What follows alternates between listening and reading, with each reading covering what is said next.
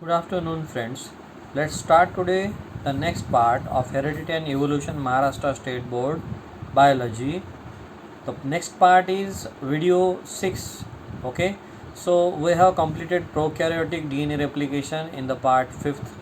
Let's see the differences in between the prokaryotic and eukaryotic DNA replication in this part 6. तर आपण बघूया ह्या part 6 मध्ये heredity and evolution ह्या चॅप्टरमधल्या व्हिडिओच्या पार्ट 6 मध्ये की काय आहेत फरक प्रोकॅरियोटिक डी एन ए रेप्लिकेशन आणि यूकॅरियोटिक डी एन ए रेप्लिकेशनमध्ये, जे की तुम्हाला आता स्क्रीनवर दिसतील. ओके, तर तुम्ही स्क्रीनवर जसं बघत आहात तुम्हाला डी एन ए रेप्लिकेशनमधले फरक क्लिअर कट दिसत आहेत. ओके, तर काय आहेत बघा बरं. प्रॉपर्टी, प्रोकॅरियोट्स आणि युकॅरियोट्स असे 3 कॉलम तुम्हाला स्क्रीनमध्ये दिसत आहेत. तर ह्यामध्ये प्रॉपर्टी आहे origin of replication. Origin of replication single असतो प्रोकॅरियोट्समध्ये, जो की मी तुम्हाला सांगितलं इकोलायमध्ये आहे ORIC, एकच ओरिजिन असतो रेप्लिकेशनचा, आणि जिथे ओरिजिन आहे तिथेच रेप्लिकेशन स्टार्ट होतं. म्हणजे रेप्लिकेशन स्टार्टअप साईट प्रोकॅरियोटिक सेलमध्ये फक्त एकच आहे, पण यूकॅरियोटिक सेलमध्ये ओरिजिन ऑफ रेप्लिकेशन मल्टिपल असतात. त्यामुळं अनेक ठिकाणी एकाच वेळेस यूकॅरियोटिक सेलमध्ये रेप्लिकेशन स्टार्ट होतं. यामागे कारणसुद्धा तसंच आहे. प्रोकॅरियोटिक सेल ही डी एन एच्या बाबतीमध्ये थोडीशी कमी पडलेली आहे, कारण ही प्रिमिटिव्ह सेल म्हणून ओळखल्या जाते. त्यामुळं डी एन ए जो आहे ह्या सेलमधला, जर इकोलाय तुम्ही कन्सिडर केलं एक्झाम्पल, जो की एक बॅक्टेरिया आहे प्रोकॅरियोटिक बॅक्टेरिया, तो फक्त 1400 मायक्रोमीटर आहे, बरोबर. पण यूकॅरियोट्समध्ये डी एन एची लेंथ जरी आपण कमी जास्त जरी समजली तरी ही यूकॅरियोट्समध्ये complex arrangement of D N A आहे. कशा प्रकारची complex arrangement? D N A हा क्रोमोझोमच्या फॉर्ममध्ये पॅक असतो. त्यानंतर त्यामध्ये सोलेनॉइड मॉडेल असतं. सोलेनॉइड मॉडेलमध्ये न्यूक्लिओझोम असतात. न्यूक्लिओझोममध्ये हिस्टोन प्रोटीन्स नावाचे प्रोटीन असतात, ज्यांच्यासोबत डी एन ए कंबाईन झालेला असतो. हे हिस्टोन प्रोकॅरियोटिक सेल्समध्ये ॲब्सेंट असतात. त्यानंतर आपण बघूया ह्यांचं रेट ऑफ रेप्लिकेशन काय आहे. रेट ऑफ रेप्लिकेशन आहे प्रोकॅरियोट्समध्ये अप्रॉक्सिमेटली 1000 न्यूक्लियोटाइड्स पर सेकंद, बरोबर. म्हणजे डी एन एचं रेप्लिकेशन होताना 1000 न्यूक्लियोटाइड्स पर सेकंद ॲड केले जातात. कोणाकडून? D N A polymerase 3 of प्रोकॅरियोटकडून. ओके, यूकॅरियोटिक सेलमध्ये कसं आहे, हे जे रेट आहे 50 ते 100 न्यूक्लियोटाइड्स पर सेकंद आहे ॲडिशनचं. ओके, डी एन ए पॉलिमरेजचे टाईप्स किती आहेत बघा. प्रोकॅरियोट्समध्ये 5 टाईप्स आहेत आणि यूकॅरियोट्समध्ये 14 टाईप्स आहेत. कोणते? डी एन ए पॉलिमरेजचे. टिलोमरेज हे ॲब्सेंट असतं. कोणामध्ये? प्रोकॅरियोट्समध्ये. आणि यूकॅरियोट्समध्ये हे जे टिलोमरेज आहे हे प्रेझेंट असतं. R N A primer remove करण्याचं काम प्रोकॅरियोटिक सेलमध्ये डी एन ए पॉलिमरेज 1 करतं आणि त्या जागी पुन्हा D N A nucleotide add करतं. पण यूकॅरियोट्समध्ये हे काम कोण करतं? RNase-H नावाचं एन्झाईम करतं. स्ट्रँड इलॉंगेशनचं काम डी एन ए पॉलिमरेज 3 करतं प्रोकॅरियोटिक सेल्समध्ये, आणि स्ट्रँड इलॉंगेशनचं काम पॉलिमरेज डेल्टा आणि पॉलिमरेज एप्सिलॉन करतात यूकॅरियोटमध्ये. स्लायडिंग कॅम्प जी आहे ही साधी स्लायडिंग कॅम्प असते प्रोकॅरियोटमध्ये, त्याला बीटा क्लॅम्प असं पण म्हटलं जातं. आणि यूकॅरियोट्समध्ये असते PCNA नावाची एक क्लॅम्प असते. ओके, तर आपण पुढे वळूया. नेक्स्ट आहे difference between prokaryotic and eukaryotic enzymes, जे की तुम्हाला स्क्रीनवर दिसत आहे. ओके, तर आपण बघूया काय डिफरन्सेस आहेत. बघा बरं, differences between prokaryotic and eukaryotic enzymes. प्रोकॅरियोट्समध्ये D N A polymerase 3 involved आहे in vivo replication of D N एमध्ये. तर यूकॅरियोट्समध्ये D N A polymerase alpha and delta involve आहे. कशामध्ये? In vivo replication of nuclear D N A, whereas D N A polymerase gamma for mitochondrial D N A replication is present, बरोबर. तर हे in vivo म्हणजे सेलमध्ये होणारं replication, सेलच्या मध्ये म्हणजे इन विवो. ओके, नेक्स्ट काय आहे बघा बरं point. D N A polymerase 1 is repair enzyme to remove the RNA primer and add D N A nucleotides at its point. हे कोणामध्ये आहे? D N A polymerase 1 repair enzyme प्रोकॅरियोट्समध्ये आहे, बरोबर. जे काय करतं, RNA प्रायमरचे रायबो न्यूक्लियोटाइड्स काढून टाकतं आणि तिथे डिऑक्सी रायबो न्यूक्लियोटाइड ॲड करतं. इथे कोण आहे बघा बरं. यूकॅरियोट्समध्ये DNA polymerase beta and epsilon function as DNA repair enzyme. बरोबर. इथे प्रायमेज सिंथेसाइज काय करतं, प्रायमर इकोलायमध्ये.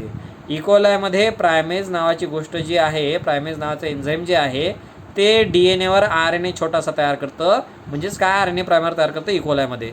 पण युकॅरियोट्समध्ये DNA पॉलिमरेज अल्फा हे प्रायमर सिंथेसाइज करतं दोन्ही स्टँडवर, लीडिंग आणि लॅगिंग स्टँडवर. ओके.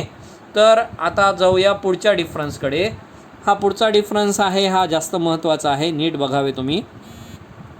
ह्यामध्ये कंपॅरिझन दिलेलं आहे रेप्लिकेशन ऑफ प्रोकॅरियोट्स अँड युकॅरियोट्समधलं. तर इथे नीट तुम्ही जर पाहिलं तर प्रोकॅरियोट्समधला पहिला पॉईंट आहे, it occurs inside the cytoplasm. कारण न्यूक्लियस नावाची कोणती बाउंड्रीच नसते DNAला. जो DNA असतो तो न्यूक्लिओइड फॉर्ममध्ये असतो आणि फ्री सायटोप्लाझममध्ये असतो. म्हणून प्रोकॅरियोटिक DNA रेप्लिकेशन हे कुठं होतं, सायटोप्लाझममध्येच होतं. आणि युकॅरियोट्समध्ये कुठं होतं हे, युकॅरियोट्समध्ये हे होतं न्यूक्लियसमध्ये, कारण युकॅरियोट्समध्ये न्यूक्लियस प्रेझेंट असतो. Okay. There is single origin of replication in prokaryotes. प्रोकॅरियोट्समध्ये सेकंड पॉईंट काय आहे, एकच सिंगल ओरिजिन ऑफ रेप्लिकेशन आहे. बरोबर. आणि युकॅरियोट्समध्ये origin of replications are numerous. त्यानंतर DNA polymerase 3 carry out both initiation and elongation. Prokaryotic सेलला जर तुम्ही कन्सिडर केलं तर तिथे DNA रेप्लिकेशनमध्ये DNA पॉलिमरेज 3 पूर्णपणे इनिशिएशन आणि इलॉंगेशन कॅरी करतं. बरोबर. आणि युकॅरियोट्समध्ये initiation carried out by DNA polymerase alpha while elongation by DNA polymerase delta and epsilon. बरोबर. इनिशिएशन कोण करतं, अल्फा पॉलिमरेज करतं DNA पॉलिमरेज युकॅरियोट्समध्ये, आणि इलॉंगेशन कोण करतं, डेल्टा आणि एप्सिलॉन पॉलिमरेज हे इलॉंगेशन करतात. बरोबर. पुन्हा अजून एक गोष्ट ह्यामध्ये आहे, इलॉंगेशन हे दोन्ही स्टँडवर म्हणजे लिडिंग आणि लॅगिंगवर दोन वेगवेगळे पॉलिमरेज करतात. म्हणजे डेल्टा एका लिडिंगवर असतं किंवा एप्सिलॉन लिडिंगवर असतं, किंवा डेल्टा लॅगिंगवर असतं आणि एप्सिलॉन लिडिंगवर असतं. तर हे आपण पुढे बघणारच आहोत. DNA repair and gap filling are done by DNA polymerase 1 in prokaryotes. प्रोकॅरियोट्समध्ये DNA repair आणि RNA प्रायमर रिमूव्हल कोण करतं, DNA पॉलिमरेज 1. पण हे RNA प्रायमर रिमूव्ह करायचं काम युकॅरियोट्समध्ये कोण करतं, हे करतं पॉलिमरेज बीटा, जे की DNA पॉलिमरेजच आहे. कोणत्या प्रकारचे पॉलिमरेजेस असतात ह्यावरून तुम्हाला कळालं असेल. कोणते कोणते असतात सांगा बरं. प्रोकॅरियोट्समध्ये DNA पॉलिमरेज 1, 2, 3 हे मेन एन्झाईम्स आहेत. आणि युकॅरियोट्समध्ये DNA polymerase alpha, beta, gamma, delta आणि एप्सिलॉन हे 5 DNA पॉलिमरेज आहेत. कोणते 5, अल्फा, बीटा, गॅमा, डेल्टा आणि एप्सिलॉन हे युकॅरियोटिक DNA पॉलिमरेजेस आहेत. ओकाझाकी फ्रॅगमेंटबद्दल आपण बोललोच, पण ह्यामध्ये अप्रॉक्सिमेशन येतं. सेल टू सेल हा डिफरन्स असतो, कारण प्रोकॅरियोटिकमध्ये फक्त बॅक्टेरिया काही एकच प्रकारचे नसतात, अनेक प्रकारचे बॅक्टेरिया असतात. इकोलाय आहे, सुडोमोनास आहे, व्हिब्रिओ कॉलरे आहे. तर प्रत्येक बॅक्टेरियाच्या प्रकाराप्रमाणे त्यामध्ये ओकाझाकी फ्रॅगमेंट जे फॉर्म होतात यांचं लेंथ वेगवेगळी असते. युकॅरियोटमध्ये सुद्धा तसंच आहे का, एक प्रकारचे युकॅरियोटिक सेल्स आहेत का, नाही, अनेक प्रकारचे आहेत. प्लांट आहेत, ह्युमन आहेत, त्याच्यानंतर एव्ज आहेत, पायसेस आहेत. प्रत्येकामध्ये, मासोळीमध्ये, मगरमध्ये, जिराफमध्ये, वाघामध्ये, प्रत्येकामध्ये हे जे ओकाझाकी फ्रॅगमेंटची लेंथ आहे ही अप्रॉक्सिमेटली थोडीफार कमी जास्त असतेच.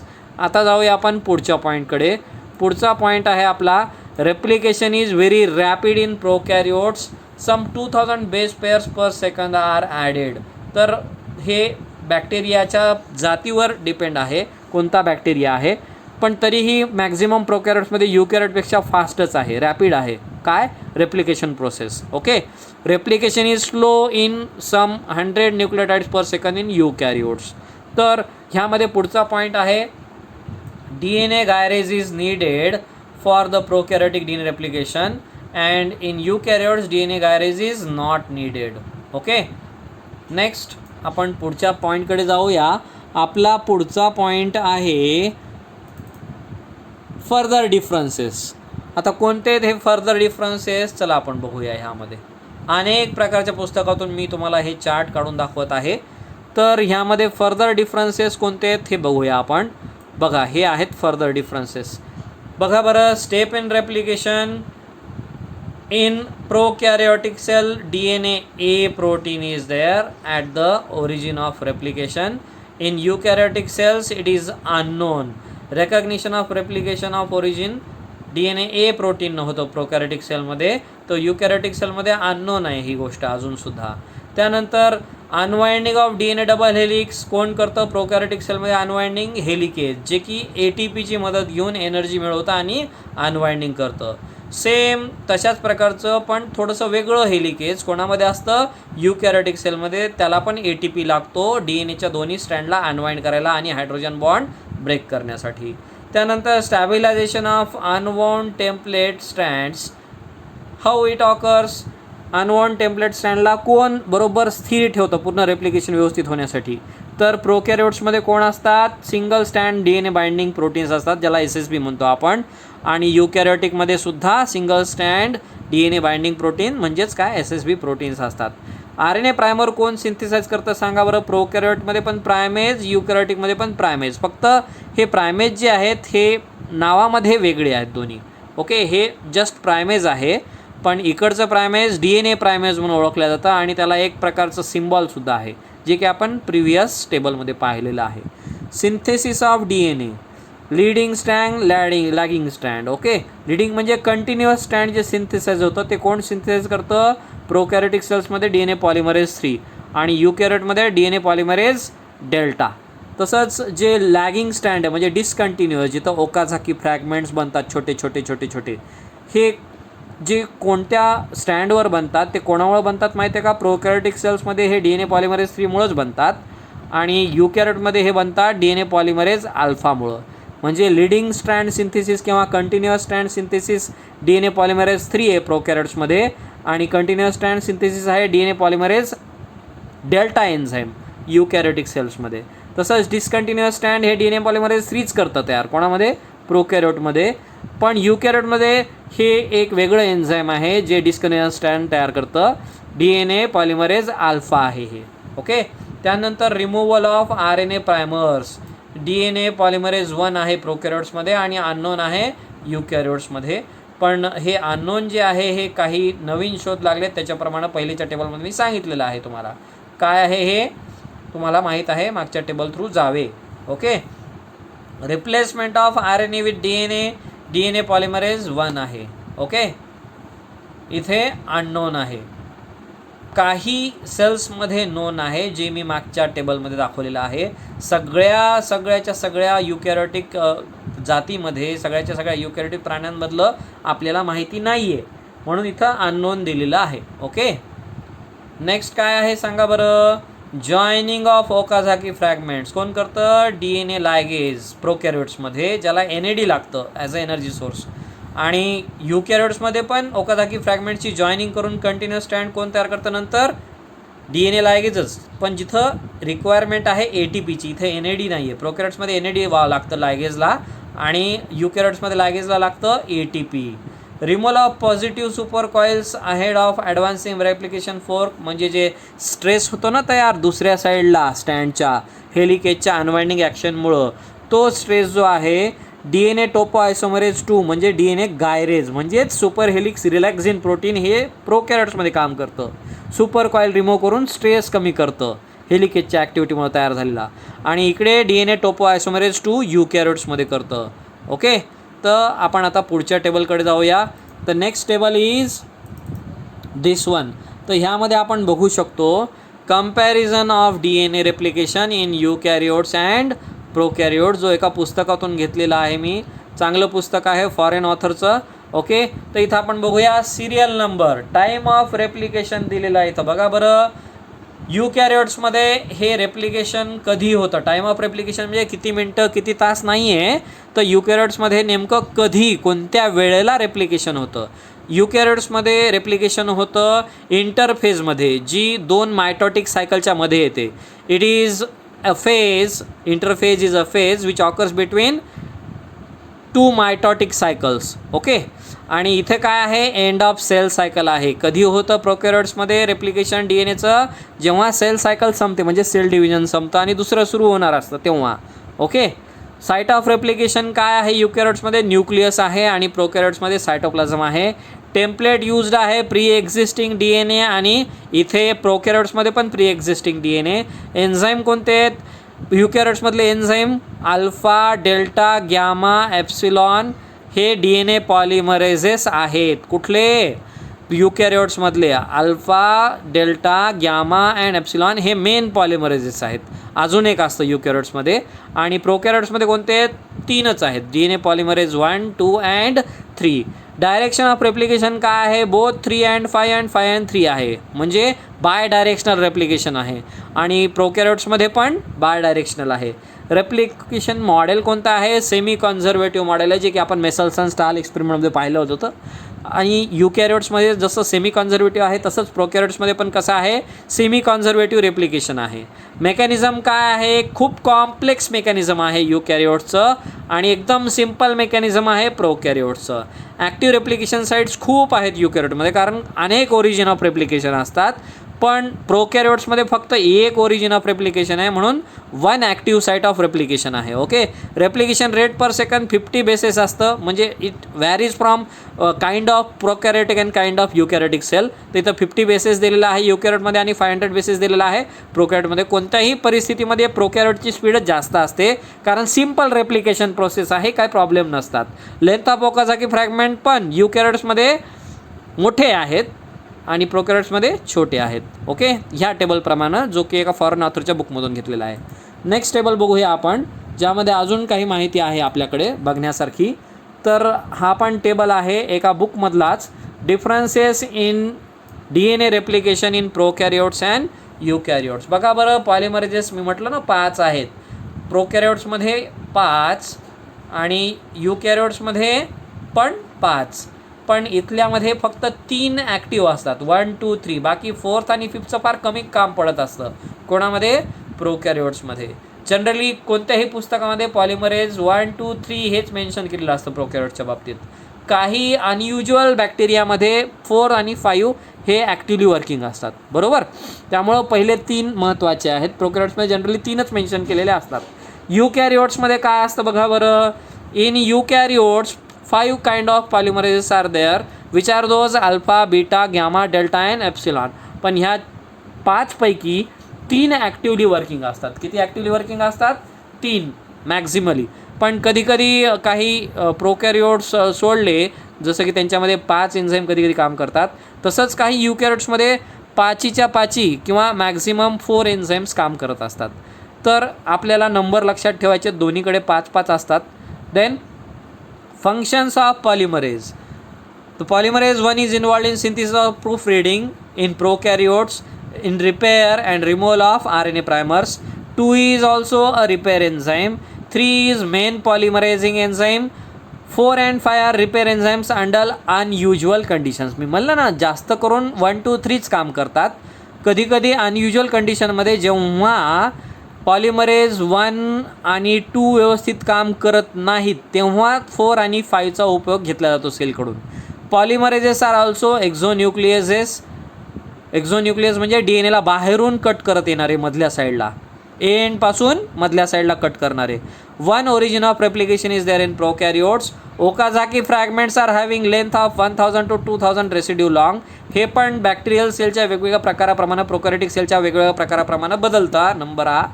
Then no protein complex to DNA. Histone protein वगैरे नसतात प्रोकॅरियोटिक DNAमध्ये. युकॅरियोट्समध्ये काय असतं बघा बरं. 5 polymerase alpha, beta, gamma, delta, epsilon असतात, बरोबर. 4 ॲक्टिव्ह असतात, 3 किंवा 4. Functions of पॉलिमरेजेस.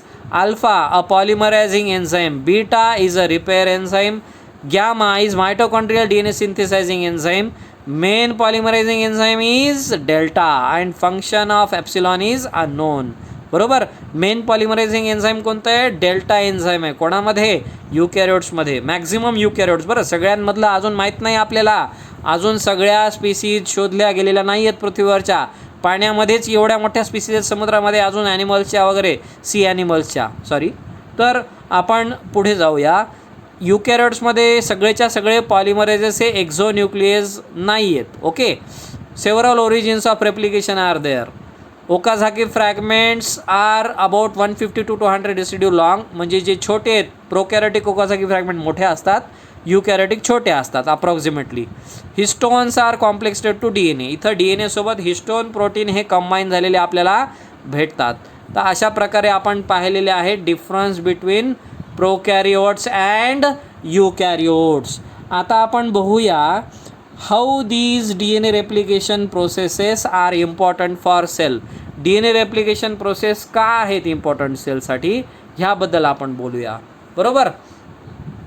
तर रेप्लिकेशन जर झालंच नाही DNAचं तर काय होऊ शकतं सांगा बरं तुम्ही.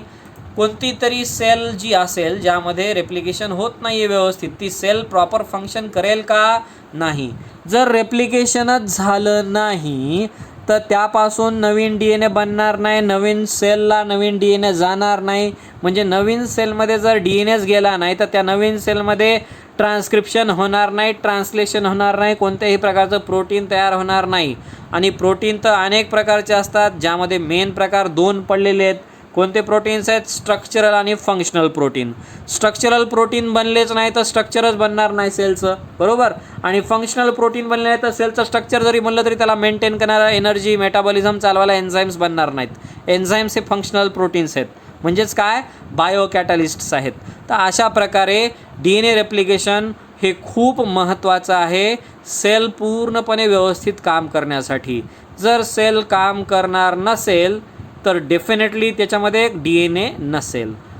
DNAमध्ये अनेक प्रकारचे डॅमेजेस होतात. यासाठी रिपेअर मेकॅनिझम्स पण आहेत सेलकडे.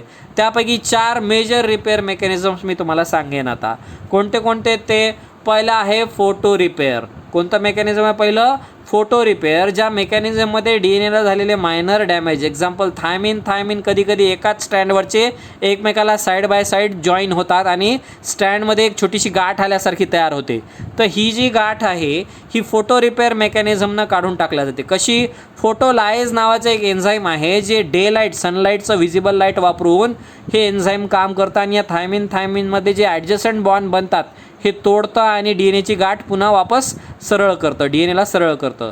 दुसरं मेकॅनिझम आहे बेस एक्सिजन रिपेअर मेकॅनिझम, ज्यामध्ये DNAमधला फॉल्टी ॲड केलेला बेस रेप्लिकेशनमधला फक्त बेस कट करून काढला जातो आणि तिथं बेस टाकला जातो. तिसरं मेकॅनिझम आहे न्यूक्लिओटाईड एक्सिजन रिपेअर. म्हणजे एकापेक्षा जास्त बेसेस आणि न्यूक्लिओटाईड जर खराब असतील, DNAमध्ये चुकून ॲड केल्या गेलेले असतील तर हे सगळं एक DNAचा फ्रॅगमेंटच काढून टाकला जातो न्यूक्लिओटाईड सहित आणि तिथं नवीन DNA टाकला जातो पुन्हा DNA पॉलिमरेजकडून. पॉलिमरेज 1 काम करतं जनरली रिपेअर प्रोसेसेसमध्ये. आणि चौथं आणि महत्त्वाचं मेकॅनिझम आहे मिसमॅच रिपेअर मेकॅनिझम. मिसमॅचमध्ये जर चुकून तुमच्या DNAमध्ये कॉम्प्लिमेंटरी बेसेस ॲड करताना चुकून दुसरेच बेसेस ॲड केले गेले जे नॉन कॉम्प्लिमेंटरी आहेत, तर हे ओळखायचं कसं? नेमका कोणता बेस चूक आहे? पॅरेंट स्टँडवरचा चूक आहे की नवीन डॉटर स्टँडवरचा? तर ह्यासाठी पॅरेंट DNAवरचे जे न्यूक्लिओटाईड बेसेस असतात हे मिथायलेटेड असतात. ह्यावरून कळतं की कोणता बेस नेमका चूक ॲड झालेला आहे, पॅरेंटवरचा चूक आहे की नवीन तयार केलेल्यावरचं चूक. तर हे मेकॅनिझम जे आहे मिसमॅच रिपेअर मेकॅनिझम, ह्यामध्ये काही एन्झाईम्स आणि प्रोटीन कॉम्प्लेक्सेस असतात. हे काय करतात? DNAवर फिरतात, रीड करतात DNAला मिथायलेशन कुठं आहे आणि त्याच्या अपोजिट जर बेस चुकत तर अपोजिट बेस काढून टाकतात. मिथायलेटेड बेसेसला नाही काढत, कारण मिथायलेटेड बेसेस हे करेक्ट असतात, ओरिजिनल स्टँडमध्ये असतात. नवीन स्टँडमध्ये ॲड गेलेल्या ह्याच्यात मिथायलेशन नसतं. त्याच्यामुळं पटकन ह्या MER रिपेअर मिसमॅच एक्सिजन रिपेअरला कळतं की कोणता बेस चूक आहे पॅरेंट स्टँडच्यावर ॲड केलेला नवीन DNA तयार करताना. धन्यवाद मित्रांनो.